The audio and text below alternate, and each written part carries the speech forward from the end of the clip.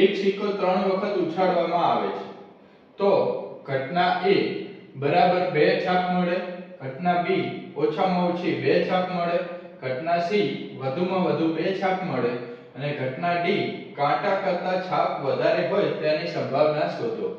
તો અહીંયા આગળ આપણને એક સિક્કો આપેલો છે કે જેને 3 વખત ઉછાળવામાં આવે છે તો આપણે શોધી લઈશું પહેલા તો કે કુલ કેટલા પરિણામો મળે। તો કુલ પરિણામો બરાબર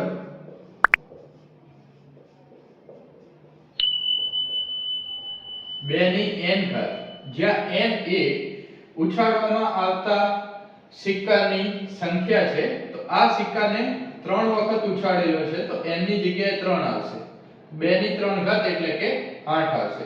હવે કયા કયા પરિણામો છે તો એ પરિણામો જોવા હોય તો પરિણામો અહીંયા આપણે લખીશું। પહેલું પરિણામ કે એમાં 3 સિક્કાઓ ઉપર છાપ હશે, બીજું પરિણામ કે 2 સિક્કા ઉપર છાપ, ત્રીજા પર કાંટો હશે, પછી પહેલા પર છાપ, બીજા પર કાંટો અને છાપ હશે, છાપ કાંટો અને કાંટો હશે, કાંટો છાપ અને છાપ હશે, કાંટો છાપ અને કાંટો હશે, કાંટો કાંટો અને છાપ હશે અથવા તો કાંટો કાંટો અને કાંટો હશે। તો આમ 1 2 3 4 5 6 7 અને 8 પરિણામો થશે। હવે આ 8 પરિણામો જે કુલ પરિણામો છે ઘટના A બરાબર 2 છાપ મળે તો બરાબર 2 છાપ મળે તેવા પરિણામો કેટલા છે તો 1 2 3 તો ઘટના A જે છે બરાબર 2 છાપ મળે તેવા 3 પરિણામો છે માટે એની સંભાવના P of A બરાબર 3/8 થશે। ત્યારબાદ ઘટના નંબર B, ઘટના B છે ઓછામાં ઓછી 2 છાપ, ઓછામાં ઓછી 2 છાપ મળે। હવે ઓછામાં ઓછી 2 છાપ મળે એનો મતલબ કે 2 અથવા 2 થી વધારે છાપ મળવી જોઈએ તો એવું 1 થશે, 2 3 4 તો આવા 4 પરિણામો છે તો ઘટના B ની સંભાવના P of B બરાબર 4/8 થશે। 4 દુ 8 તો અહીંયા સંભાવના મળશે 1/2।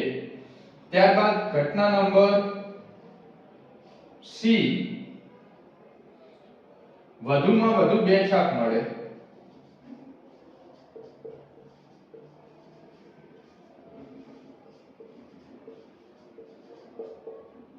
વધુમાં વધુ 2 છાપ એટલે 2 અથવા તો 2 થી ઓછી છાપ હોય તે ઘટના તો 1 2 3 4 5 6 અને 7 છે તો અહીંયા આગળ 7 પરિણામો છે તો ઘટના C ની સંભાવના એ 7/8 થશે।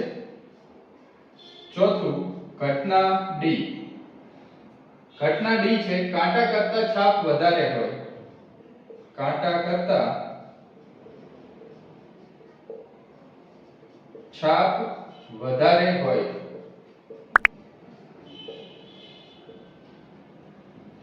તો આવા પરિણામો આપણે ગણી લઈએ। અહીંયા કાંટા કરતા વધારે છાપ છે, અહીંયા પણ કાંટા કરતા વધારે છાપ છે તો 2 થયા, અહીંયા 3, અહીંયા 4 તો આવા કુલ 4 પરિણામો છે તો ઘટના D ની સંભાવના એ 4/8 થશે। 4 દુ 8 એટલે કે અહીંયા પણ ઘટના D ની સંભાવના 1/2 થશે।